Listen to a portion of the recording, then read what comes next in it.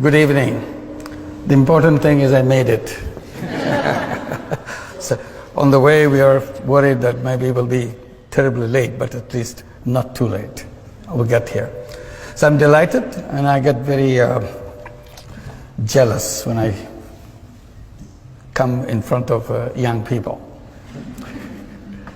I get jealous because you're so lucky. You're lucky because you're born a few years back. Unlike us, in the prehistoric days, we were. I think the reason that I'm jealous, I see how powerful you are, the young people of this time. And I tell young people today are the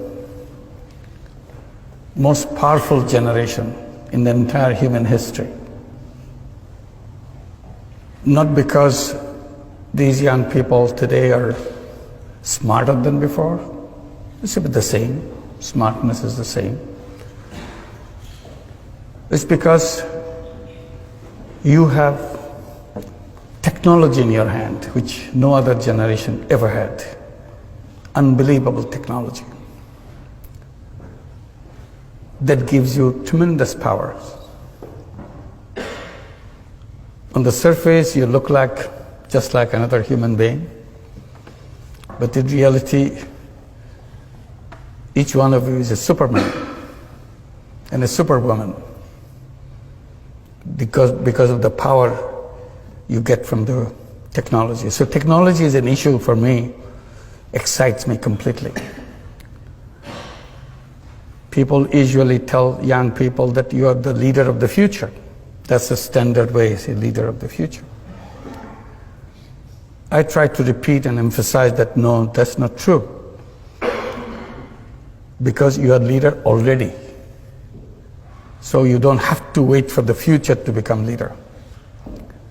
A 15-year-old today is more powerful than probably 30-year, 35-year-old of other generations. So what do you do with that power? That's the issue I raise.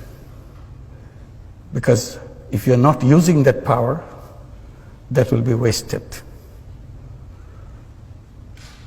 So first, to feel that you have that power, the amazing power that no other generation in history ever had,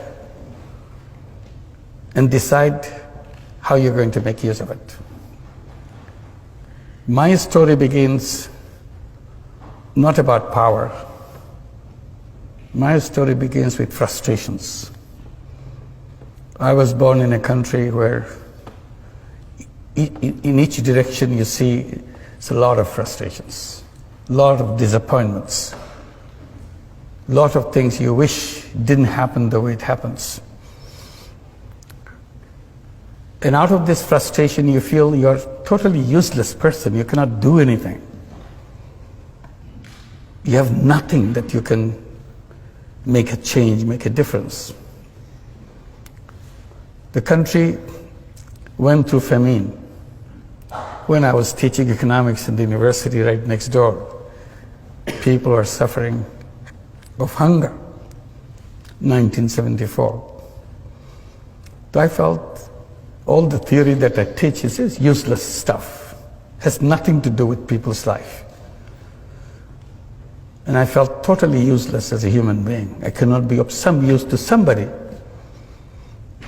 So that's what I was trying to do, getting into the village next door to the university campus to see if I have any use for anybody else. And then I did tiny little things to find my worth, that yes, I have some meaning in my life. And I did things which I knew nothing about. When you're desperate, out of desperation you do things which you never thought about. So I'm sure you have been told how to plan things, how to set things, everything very clearly. But that's not what I did. I jumped at things without knowing anything about it because I just couldn't wait. And you heard about microcredit, which goes with me. People remember how it started with me. It was not a pre-planned thing. Simply, situation is so bad, you had to do something. And that situation is about loan sharking in the village, which is just next to the university campus.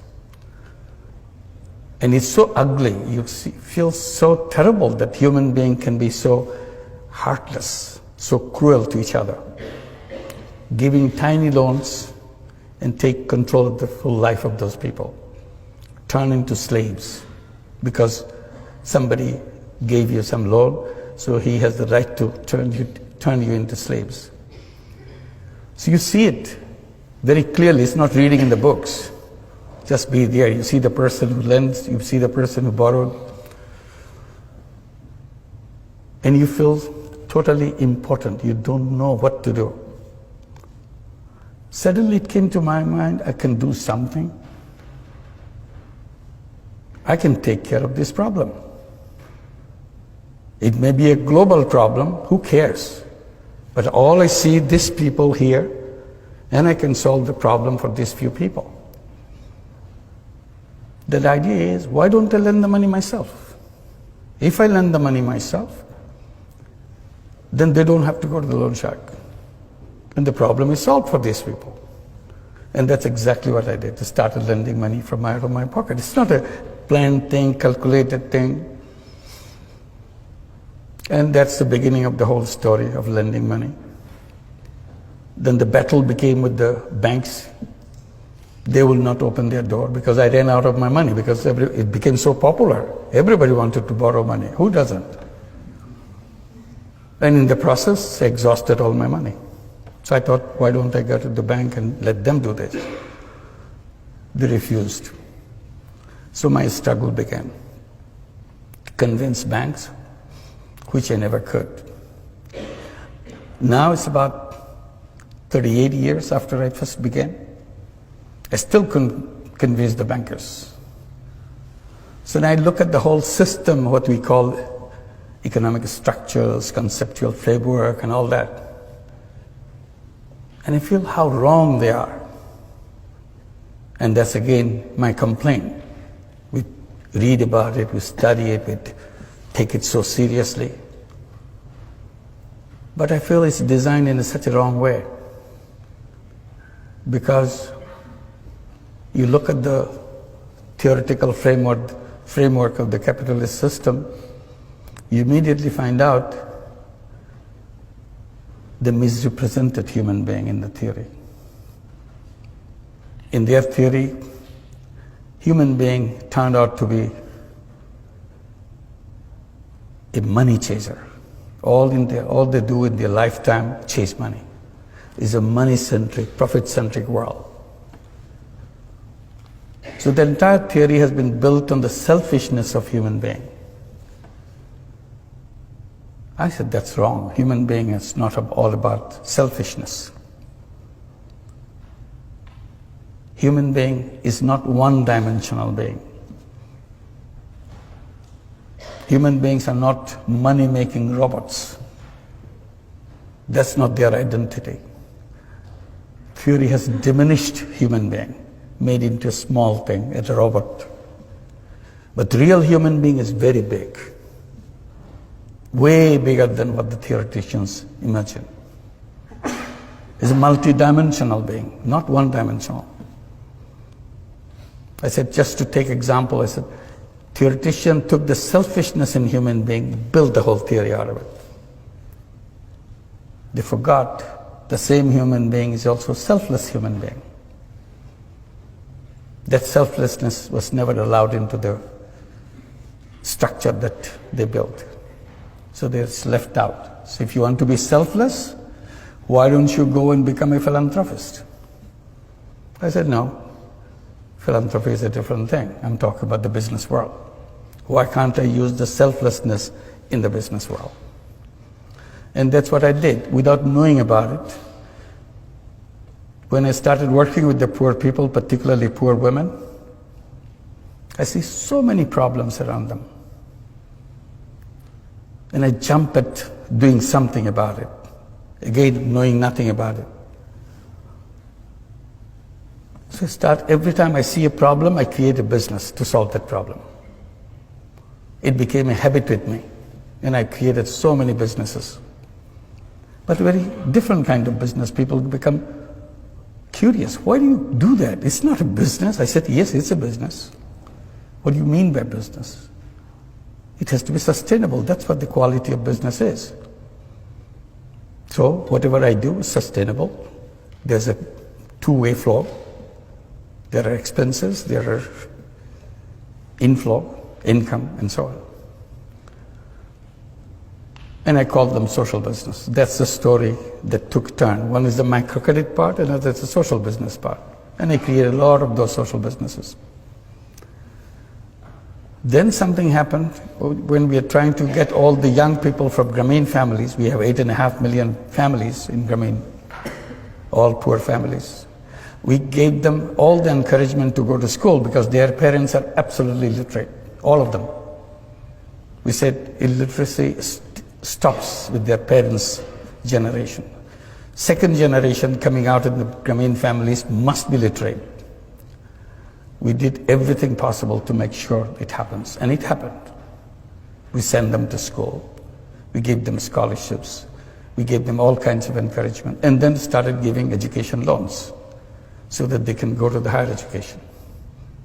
As they start coming back from schools with higher education, they get very frustrated. Where's my job?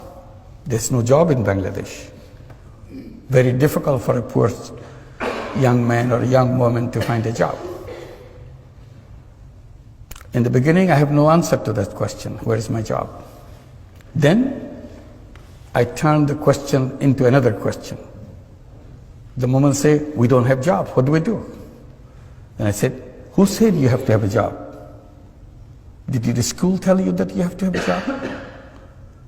Did your teacher tell you? Did your textbook tell you that you have to have a job? How did this idea of job got into your head? They get very puzzled. Aren't you supposed to have a job? I said, you are young people of this generation. You're lucky young people. Job is an old-fashioned idea. People who didn't know anything, they thought about the jobs. The real human beings don't run after jobs because it's an artificial thing. Job is an artificial thing. Real human being is a go-getter. Real human being is an entrepreneur. It's in the DNA, it's in the blood. But somehow theory pushed them into wrong direction. Seek jobs. I said, you change your mind. Tell yourself again and again, every time you get a chance, I'm not a job seeker, I'm a job creator. And be a job creator. Think like a job creator. Behave like a job creator. As a job seeker, you become small. You are at the mercy of somebody else. As a job giver, you are at the top. Why should you have a job? To start your life as a creative human being, full of energy, full of capacity. Start at the very bottom. Nobody gives you a job at the top. They give you at the bottom, no matter what it is. So all this energy, all this creative power is squeezed into tiny little thing to find a little job. Do the routine things. That's not the destiny of a young man, young woman. Young man and young woman should start at the top and use all the creative capacity and change the world. They get very puzzled. I don't have a job, he's making joke with me. So I said, it's not a problem. Look at your mother. 20 years back, 25 years back, even 30 years back, she took a loan from Grameen Bank, $30, $25. She was shaking like this. Couldn't believe that anybody could trust her with such an enormous amount of money. That's her life. She dared to take this money in her hand and start a business, raising chicken, raising vegetables, sewing clothes, whatever. That's what the 8.5 million women do in Grameen Bank and all the microcredit elsewhere. I said, what good is your education if you're not braver than your illiterate mother? She did it. Along the way you were born, she sent you to school, and you have all this education, and she's been doing it all the time in front of your eyes. You never noticed it. And you're going around to find a job, somebody give you to do some minor thing. Is it befitting to you? So that is working. So what we did, we create a social business fund in Bangladesh. Tell every young person within Grameen families, come up with a business idea, anything. Even if you don't have an idea, look at your mother, what she's doing. Take that idea, build it into 10 times, 50 times bigger. Because you have education, you have connections which your mother never had. She never left her village in her life. You have seen the world. And once you have the business idea, bring it to us. We become investor and partner with you, every one of you. So now the young people are coming, business proposals after business proposals.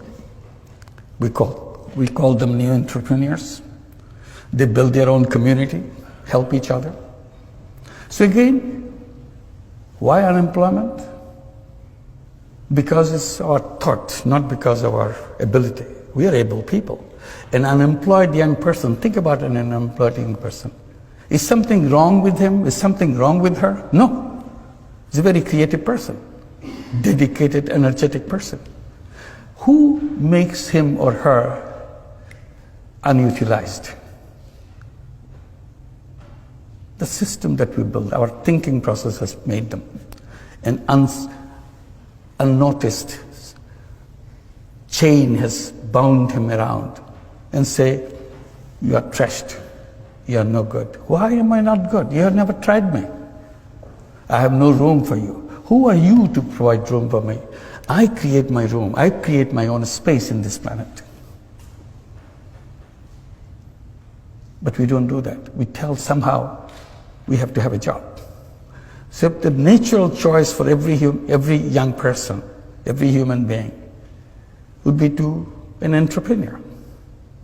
If somehow I'm not getting an opportunity for becoming an entrepreneur, for a while I can work for somebody, for a while.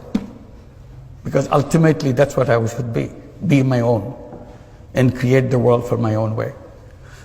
So my story is about this, about microcredit, which is not about just lending money. It's unleashing the capacity that every human being has. And the system denied them that right. Like banking system is close to more than half the population of the entire world. It works only for the rich. If you notice, most of the institutions that we build are designed to work for the rich. And then we blame the poor for being poor. I said poor are poor not because of anything wrong with them. You simply denied them the doors to open. I give the example of bonsai, little tree. I tell that, look at the bonsai. You take the best seed in the world, put it in a flower pot, and give all your love to it, let it grow. It grows only this big. And you ask the question, is something wrong with the seed? No, nothing wrong with the seed. Then why is it so tiny?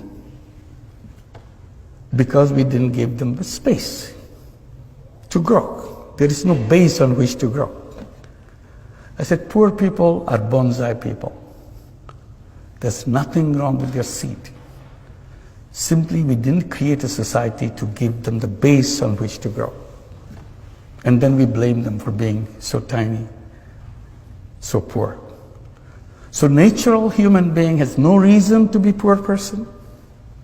Natural human being has no reason to be an unemployed person. We made it happen for them. That's my complaint. I bring it to you. As a new,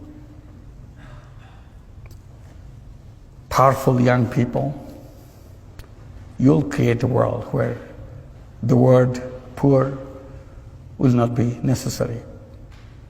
And I keep saying that poverty should be in the museum, not in human society. In the museum to show our stupidity, how we punished human beings for no fault of their own. And you'll create a society where there will be no unemployment. The word unemployment will not be understood. People will not understand, what does it mean, unemployed? Why should anybody be unemployed?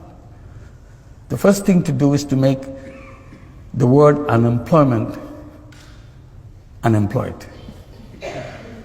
And that's the beginning. Thank you very much.